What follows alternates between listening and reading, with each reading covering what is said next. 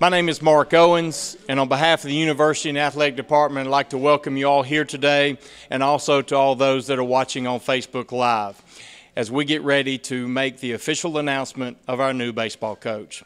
So to get things started, I'd like to bring up the Director of Athletics, Mr. Chris Massaro.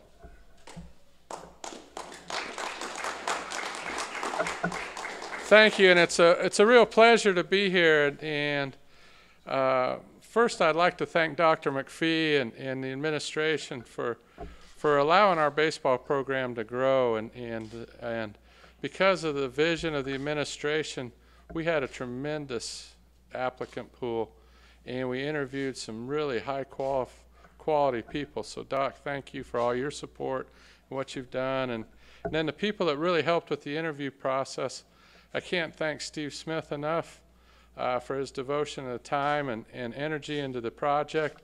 Michael McHenry was also a very key guy, doing a lot of research and background work and really working the phone out of Pittsburgh, Pennsylvania. So it was good to have Michael so heavily involved. And of course, Diane Turnham, we can't do anything without her and kind of her efforts and what she does to move the hiring process along, and is a great sounding board. And then also Courtney Gaucher, who's an Associate Athletic Director as well, just as a good team to put together the interviews and, more importantly, to provide just tremendous input back. So thank you, everybody that was involved with that and this very, very important project. When we set out that we wanted to accomplish a couple things. Number one, that we wanted to have a coach that had just like tremendous vision and energy. We want to be in the NCAAs. We want to be in the super regionals and be playing to go to Omaha. And to us, it was important to have a coach that knew how to get there, that had been there before and has a track record. And really, the people that we interviewed all had been on that path or had been well on that path. And I think it's just easier if you've been there before. You don't need your GPS to try to get there again, and you know how to do it. And we're really, that was a real focus of ours, is to look at the track record of these individuals, and we found that individual. And Coach Jim Toman, I could go on and on about his success, but really, I got to know Coach Toman a little bit when we shared time at the University of South Carolina.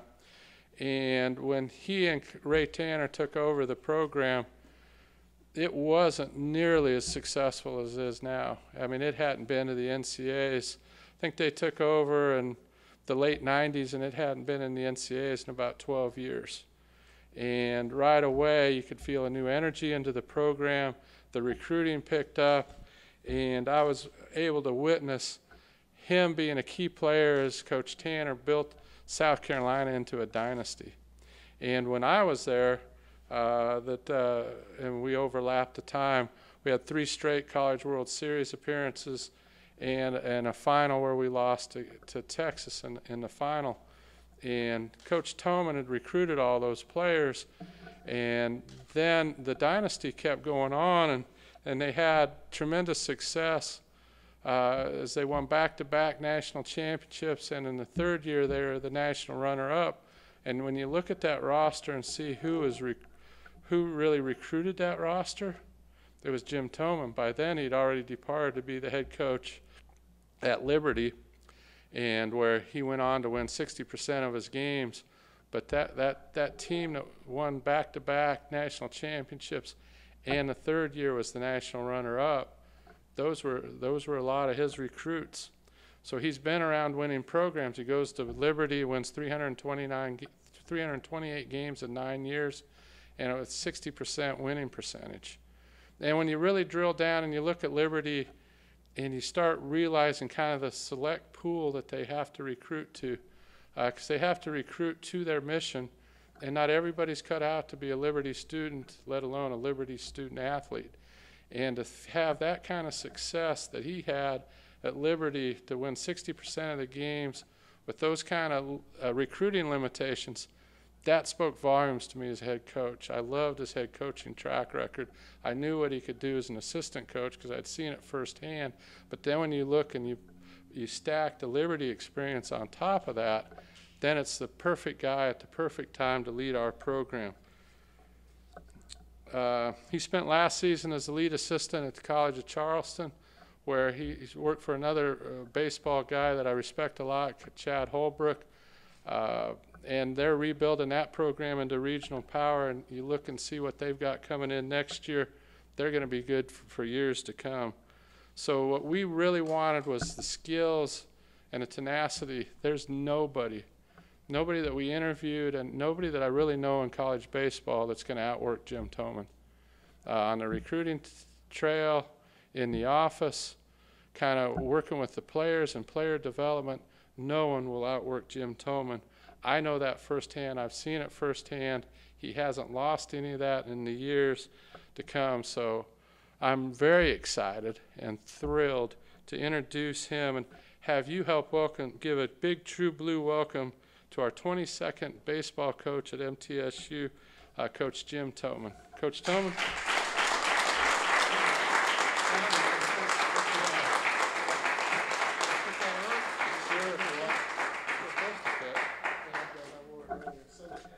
How's that, Sunday hat? Looks good? Well, we should probably stop right now because he's made me sound pretty good. And I might mess it up and I might not sound as good, but I appreciate that. You said two things, though, that you did. You had to bring up Texas, that we lost in the national championship. Okay, I hadn't thought about that for a while, but that was a tough one. We played all year long, and we lost to Augie Garrido, who's one of the best coaches in the history of college game, and that was in 2002. And the other thing is you said I don't need a GPS.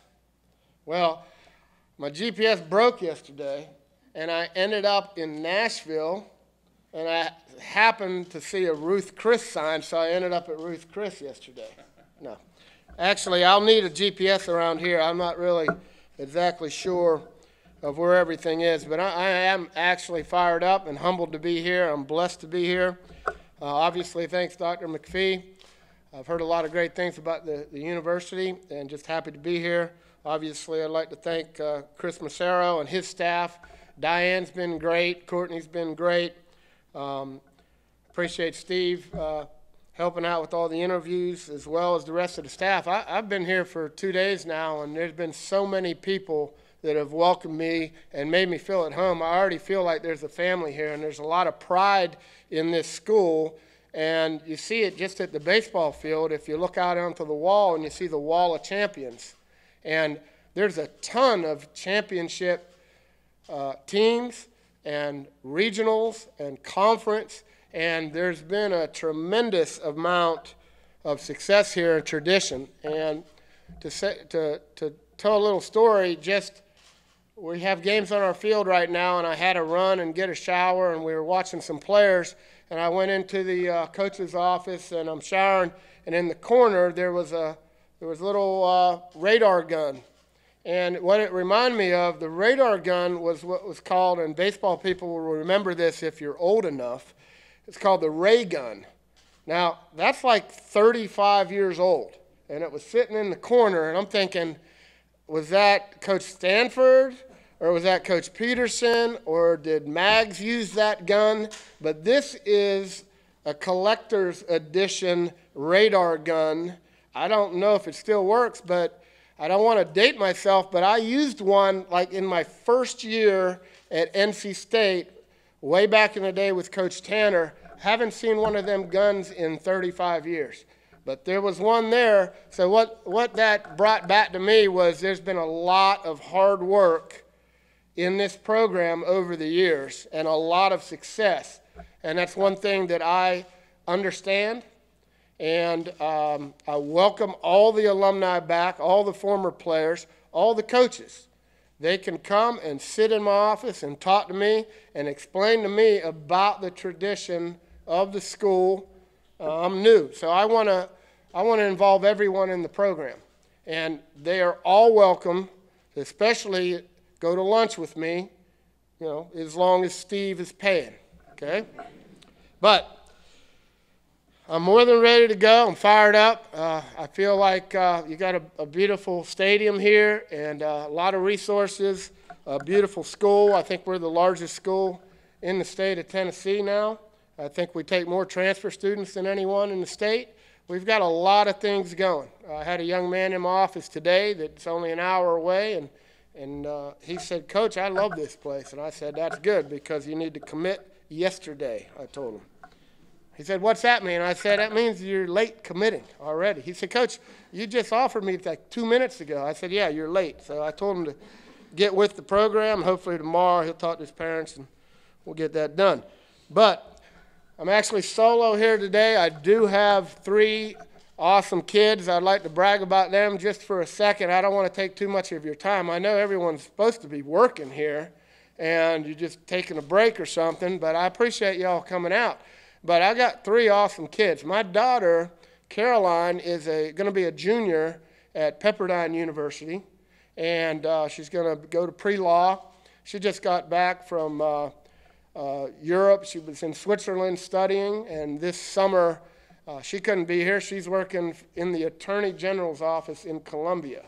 So she's got it going pretty good, and I didn't want to ask the Attorney General of South Carolina if she could drive here 7 or 8 hours. I have a son that's a left-handed pitcher. He's all-state at Hanahan High School, and he's working this summer for the River Dogs, the pro team. He's working on the grounds crew, Charlie Mack, and he'll be a senior at Hanahan. And then I have a young 8th grader named Tucker Toman, who is a phenom in his own right. He's probably a good enough basketball player, but he's a really good baseball player. And it sounded kind of crazy, but Charlie Mack already has some offers, and Tucker's in the 8th grade, and I will have trouble getting him here because he's already been offered by ACC teams. So them kids are awesome, and I wish they were here. I love them, and hopefully they'll get a chance to get here soon and see Murfreesboro and hang out with their dad for a while. Quick background on me. I played at NC State, and it was a long time ago. I was a captain for 2 years, and I played for Sam Esposito, who was a long-time major league player, and Ray Tanner was my assistant coach. And Ray is now the former coach at South Carolina, and he's the athletic director at South Carolina now. So played at NC State. I will say this, my claim to fame at NC State, as I set the total base record in the ACC tournament. Now, I got to brag a little bit on myself because I didn't set too many records, okay? But this is one record I had in the ACC tournament, total bases, a long time ago. People will be laughing that I'm bringing that up, but it's my claim to fame. I didn't make the big leagues. And, I got an excuse. I said my arm was hurt, and that's why I didn't make it. But I wasn't good enough to play in the big leagues. Luckily, I got my undergraduate at NC State, and that school even gave me a master's degree. I had a 4.0 GPA, Dr. McPhee. You'd like that. I was a 1.0 for 4 straight years, but that's a 4.0, okay? No lie. Now, I did get a lot of A's in grad school because I gave out a lot of baseball hats and T-shirts to my professors. They liked me. It's a good way to get good grades, is to be nice to your professors. But I did set that total base record. It lasted like 13 or 16 years. It had 4 doubles, 4 home runs, and a single. I can remember it like it was yesterday. Now, you got to remember, I was at NC State coaching after I did high school for 3 years. Then I went to FIU for 1 year to coach under Danny Price, who gave me my first college job. Love that guy. He's at Miami-Dade Community College right now. And then Coach Tanner offered me a job to go back to NC State. So I coached at NC State in the ACC for 7 years. Then I went to South Carolina with Coach Tanner for 11 years. And then I was the head coach. Jeff Barber gave me the job at Liberty University. I thank him for that. I had a great time at Liberty. We won a lot of games. He said 328. It was 329, but that's okay. It's a lot of wins. It's 37 wins a year for all you math geniuses out there. It's a lot of wins. And we had a good time up there, and it's a wonderful place to be. I was fortunate last year to get called by Chad Holbrook at the College of Charleston. He offered me the job, and the AD there, Matt Roberts, I'm very appreciative of him giving me the opportunity at the College of Charleston. So if you look at it, I had 3 years of high school, and then went to FIU for 1 year, NC State in Raleigh for 7, and then South Carolina for 11 years at the University of South Carolina, then back to Liberty for 9, College of Charleston for 1. That's over 32, 35 years of experience. I'm only 41 years old. Okay? If anyone asks, 41. I don't have any gray hair, right? I've got all my hair. I just gained a little weight, but I'm working on that. But I've had a long run. I've enjoyed it. This past year at College of Charleston was great. Coach Holbrook was great to me. Coach Nichols, Coach Dorton, Coach Butler. We had a blast there. And Charleston's a good town. They got a program that's up and coming, and they're going to do really well. But anyway, I'm fortunate to be a part of, you say I was at 17 regionals and 7 supers and 3 College World Series. I've had a good run, but, when you get good players and you coach them up a little bit and you develop them and you work extremely hard, sometimes the guys that work hard might not be the brightest people in the world, but if you work hard, you have a chance to be successful, and I'm going to work extremely hard. There'll be no one that tells me that I'm not working hard enough, okay? And I plan on bringing assistants that are really good as well so we can develop these guys. But the plan is simple. You have to work extremely hard. You have to have a good work ethic. You have to recruit at a high level and get after it on the road. And then when they get here, these kids got to understand, and there's a few players back there, they got to understand they're there to get a degree. Okay, that's the first and foremost. They're here to get a degree. Not that many guys are going to get a chance to play professional baseball. Now, we'd like to think that we're going to have a lot of guys that are going to get drafted. Not that many make the big leagues, guys. So you players that are here, you need to be studying and getting after it. Now, we're going to have a lot of fun, but we're going to work extremely hard. The key is to have fun, play hard, extremely hard, and win. At the same time, we're going to graduate and we're going to get up and go to class. If we're not going to go to class, then we'll put you in the corner somewhere or something. But you're going to get up and go to class, and we're going to do things the right way. It's student-athlete, which means they don't say it's an athlete-student. Student-athlete means you're going to class first, and athletics is second. It's a big second because we want to win and we want to go. The goal is to play in the postseason, win championships, and then, obviously, we want to go to Omaha. And when you're in Omaha, you want to win the last game. So I want to be on the mound on the last game with a dog pile in Omaha, okay? Preferably I'll be on the top rather than underneath because you get hurt under there. But that's the game plan. We're going to do things the right way. And just like it says to raise a child, you need a village. Well, to do a baseball program and to do it the right way, we need a good strength coach. We need good academic advisors. We need good administrators. We need good presidents. We need good former players that are alumni that want to give some money. We need former players coming back into the program, and it's their program. The former coaches, it's their program. We're going to represent the school the right way, and we're going to have fun doing it. There's games on our field right now, so I've talked long enough. I'll open it up for questions. I'll answer any question you got, as long as it's easy question. Even though I had that 4.0 in grad school, I don't want any hard questions right now. So if you have some questions, be happy to answer them. Go ahead. I'm Cecil Joyce, Daily News Journal. Sure. Obviously, you had great success. That's one of your fortes is your recruiting success. How do you translate what you did at Liberty, recruiting against larger schools, to NCSU? You've got Vanderbilt an hour down the road. Now you've got Tennessee Tech enjoying success. Yeah, there's a lot of good programs in this state, and there's a lot of good programs nationally. We want to first start out in our own state and get the best players. And are you going to get all of them? No, but we're going to try to get all of them, and we're going to offer a lot of them, and we're going to work hard. You got to take care of your own, take care of Murfreesboro, and then take care of the surrounding counties. And we want the Tennessee kids that want to come here, and I think they'll come here. We got really good tradition, a lot of good players that have been here, a lot of good coaches. We got a great product to sell, and if they have good grades, which we want to recruit good students, they'll get a little extra money with the lottery money, and give them a little bit of a scholarship. And before you know it, it's not that expensive to come here. It's a great opportunity, and when you got a really good academic institution and it's not that expensive and it's in a great location, I mean, them kids are going to die to come here.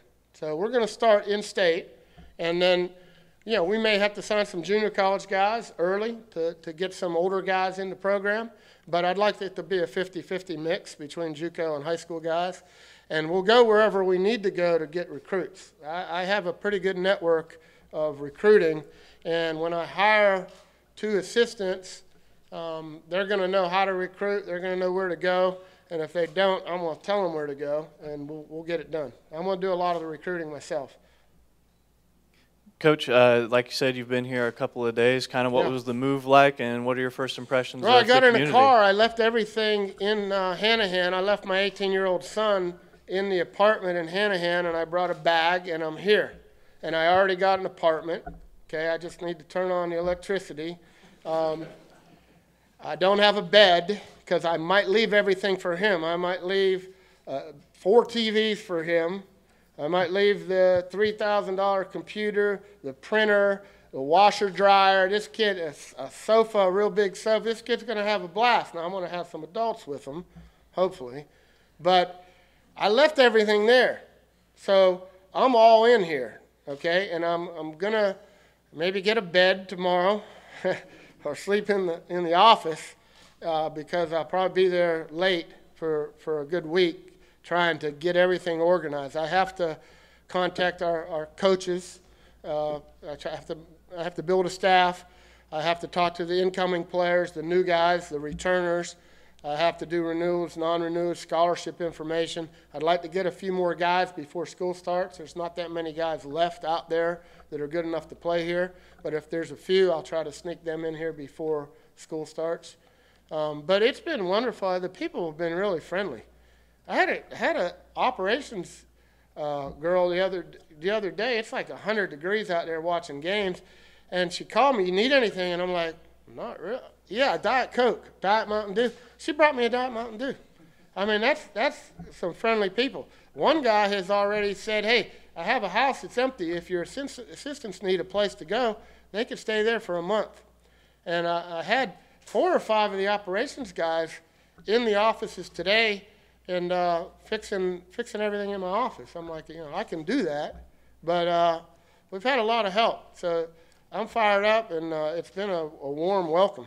And Diane's been great. And I think she has me another day or 2 in the DoubleTree. They got these really good chocolate chip cookies. Okay, I'm not allowed to eat them because I'm on a low-carb diet, lost 34 pounds in about 2 months. But I got to have them cookies. I mean, they're warm. Yeah, Dr. McPhee knows what I was talking about. He's a high-dollar guy. He's been staying at the DoubleTree probably. In business only, I'm sure. But it's been great. I'm fired up. I want people to come to my office and say hello and tell me who you are, and I don't want to 6 months later forget your name. So I'm trying to remember a lot of people, and if I don't say hi or don't remember your name, tell it to me again, so I can, have a relationship with you. And I want guys to go to lunch with.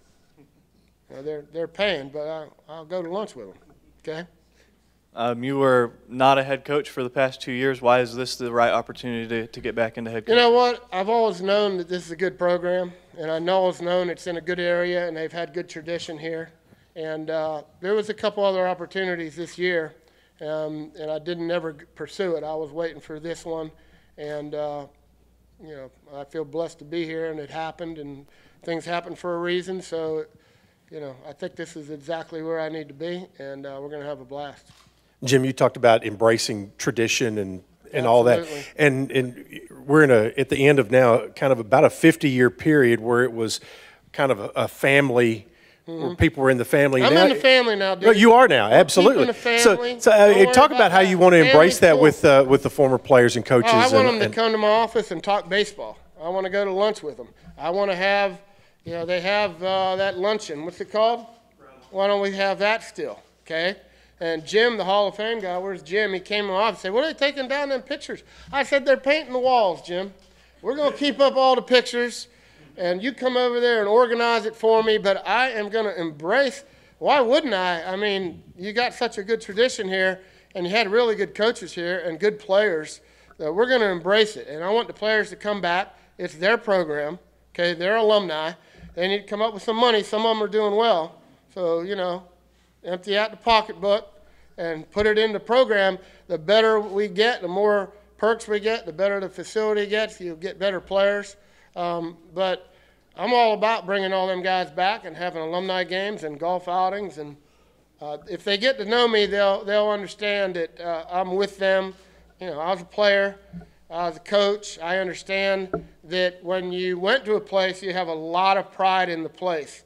And they will lie when they come back to the alumni games and say they threw 92 when they really threw 87. Each year they probably get a little bit better, but I know there's a lot of good players that came through this program. And even the ones that weren't that great, they love this school and the athletic department and the program. So I want them to be a part of it. So, you know I'm an outsider per se, but I already feel at home. And they'll get to know me, and, you know, they'll like the big guy. Coach, I was wondering if you could give us your thoughts on the current state of the roster. What are some things that stand out to you? Yeah, I What are need to some things do a you wanna little bit improve more on? roster management and look at the stats and stuff. Obviously, we went 27 and 27. I had some good wins, and at times did okay. It seems like in the past, this school was always hit, and I'm watching some high school guys today on the field, and the ball's flying out. So I better get some big, strong hitters. That being said, you're going to get a couple sidearm guys, let the ball sink, so you get ground balls so the other team ain't hitting the ball over the wall. The only way to stop from hitting home runs is to get sidearm guys, get the ball sinking, or to get swing and miss pitchers that strike a lot of guys out, okay? But we're going to focus on getting a lot of good pitchers in here and getting a good pitching coach in here that can coach them up. That being said, there's a lot of pitchers back, and I know they're going to have better years. They're a year more experienced. Some of the numbers don't look good, I'll be honest with you, and that's one thing you'll find out. I'm brutally honest. Some of the hitters look good. Now we lost the shortstop and center fielder that signed pro. Proud of them. You know, I wish they'd stay for their senior year, but I understand they think that's their opportunity to go out, and I'm fine with it. Whoever we have on the roster, we're going to coach them up, and we're going to have fun. We're going to work hard, but we're going to get better, and we got to get better. Especially on the mound, we have to get better. And in a couple years, when we have about 15 pitchers, throwing about 90, 94, and then I'll probably need hitters. But right now, we probably need some more pitchers. But there's a lot of good players on that roster. They wouldn't have even won 27 games, okay? And it's a really good league. That's going to be very helpful in the recruiting process because kids are going to want to go to Conference USA. In baseball, it's like the 5th or 6th best conference in the country. So that's going to be a plus. Now, the minus is there's a lot of good teams, and we're playing catch up a little bit, okay? But it shouldn't take that long to coach them up. We're just going to have fun. It's going to be a lot of hard work. We've got to roll up our sleeves and get it done. And I have a good feeling that I want to win right away. Now, whether we have a good enough roster right now to do that, I don't know. We'll see them in the fall and see how they react. I'd like to maybe get a few other guys before the semester starts. Maybe a few guys that, signed with a school and that school's over their 11.7 scholarship limit. I might have to sneak in there and try to get them, legally. Like they'll be trying to send kids out. In baseball, you're only allowed 11.7 scholarships, 27 on scholarship, 8 walk-ons. It's very hard to hit that 27. So if you're over, then you got to call the kid and say, this guy didn't sign and we don't have your scholarship anymore. It's a sad situation, but we could try to help you. Coach Toman needs a pitcher or two. He'll take you and give you a scholarship. And we have a little scholarship right now. But whether or not we get them or not, I'll find out in the next 3-4 weeks. It's getting late. But we're going to go to war in the fall with whoever we got on that roster, and they're going to work, and they're going to get better, and they're going to go to class, and we'll do it the right way, and then we have fun in the spring. But a lot of times we want to have fun, but the only way you have fun is you win. There ain't no fun losing. So the idea is to have fun play hard, and the last one is win. And that's what we want to do. Coach, yeah. Do you know anything about the players that are scheduled to come in here? Yeah, I haven't had a chance to talk to them yet because I don't even know if I'm officially hired. I am, okay. But we have 6 incoming scholarship guys and I think 2 walk-ons, so that's 8 players. And 1 or 2 of them are hurt a little bit, I think. And we'll find out more about them, and hopefully they'll be good players for us. But I don't know a whole lot about them. Someone said there's 2 or 3, maybe 4 guys committed for the following year, and we'll have to go out and evaluate them and find out if they fit what we're looking for or not. But hopefully them new guys coming in will all be able to help. Coach, Chris mentioned a little bit about your guys' pass together. How much did that factor into your decision to come here? Well, I've always trusted Chris, and I knew his family, and I just saw his son, and I think when I was at South Carolina, and I'm not dating myself, I'm 42, but he was about this big the last time I saw him. And Chris was in the ticket office, and he always was nice to me and my wife and kids and family getting us tickets. So that stuck with me. He's a good person, especially when he was the ticket guy. He did us some favors. But yeah, anytime you are familiar with someone and know they're a good person, you want to be around that person. And everyone here that I've met seemed very nice. So I'm pretty comfortable right now. When you have to juggle 11.7 and the pro draft, is there an art to roster management? Well, yeah, you got to do it a long time, and I've done it, and I've flipped some rosters, and I used to do all the equivalencies at South Carolina, and it's very difficult. Unfortunately, we only have 11.7 scholarships. If Coach Stockstill wants to give us one of his 85, or is it 95? I'm not sure what it is, 85, we'd love to have it. If he has any baseball players over there that ever played, we'd take them too. Yeah, his son might be a pitcher. I think he might need a tryout, but I heard he's pretty good. But yeah, 11.7, it's hard. Unfortunately, most college baseball players are on 25% of a scholarship, 30 or 40, 50%. There's very few on a full, if any. And whereas in other sports, a lot of people are on full rides. In baseball, it's an equivalency sport, and we're only allowed 11.7 a month. We have 35 players. Only 27 can be on baseball money. So, the average is about 30%. And it's very hard to hit 11.7 because 3 guys may sign pro that you think are coming back. All of a sudden, they get drafted and leave. Well, now you're at 24 scholarships and 9.7. So you're sitting there with 3 slots and 2 scholarships, and you don't have anyone to recruit or give it to. So it's very difficult. But it's part of, college baseball is awesome right now. And attendance is great. It's a great game. And it's just fun. I want everyone to come out and enjoy the games and try to get a lot of fans out there. The kids buy into that. The more people in the stands, that'll help us. But college baseball is awesome. I just wish, obviously, that we had a few more scholarships, maybe 15 to give our guys. And maybe that's in the work. I know the ABCA is doing a great job right now and trying to get us a little bit more scholarship money for our players. But it's not easy, and it's not, the worst thing about it is you have to tell some kids if they don't play well that, hey, we don't have scholarship money for you. We can't renew your scholarship because you did poor academically, or you didn't work hard enough, or you hit a $1.15, or your ERA is 10. And there's not many scholarships to go around, so you have to be very frugal in how much money you're giving out. And it is hard, but there is an art to it, and I'll figure it out. Hey, Coach, I know you said you don't know any of the players really on the team, Not but many, no. What kind of team should we expect to see come the Well, spring? I'll have to find out what kind of players I have in the fall. But I like to hit home runs. Who don't? They say chicks dig the long ball. That's true. Okay?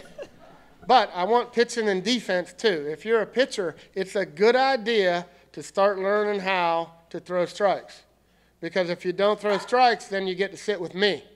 You don't get to pitch. So we're going to throw strikes. We're going to throw the ball forward over the plate. That's the idea. Okay? But as far as the type of team, I have no idea. If we can't hit, then we got to learn how to bunt and push and drag. We got to be aggressive on the bases. We got to learn how to base run. We got to learn the fundamentals.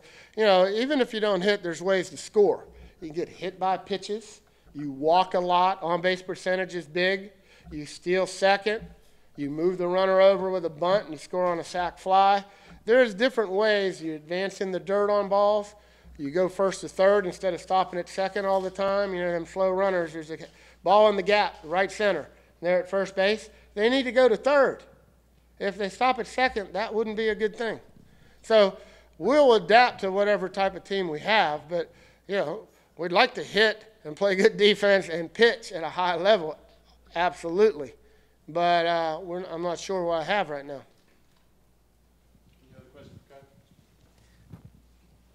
Coach, you kind of mentioned it earlier, just where do you go from here as far as hiring a staff and stuff like that? We're in the process of doing that. I've got, and this is really something about our program that I'm proud of already. A lot of coaches and a lot of assistant coaches want to be here. And that's because the 3-4 previous coaches had a lot of good players and a lot of success, and there's a lot of tradition here. And it's a well-known school in a good area, in a great conference. And I've had probably today only 25 texts or emails of guys that are at very good programs that want to either be the pitching coach here or the hitting coach or the recruiter. And I got to figure out who we can get, what combination, and you know, I'm looking for really good guys that want to grind it out and work. And if there's two guys that are even, but one guy works a little harder, I'm going to take the guy that works harder and has a reputation of getting after it, okay? Because you're not going to get better with, C guys. We're going to get A recruiters. We're going to get A-type pitching coaches. We're going to get a very good hitting coach. And haven't quite figured it out yet, but I've got a really good list of them guys, believe me.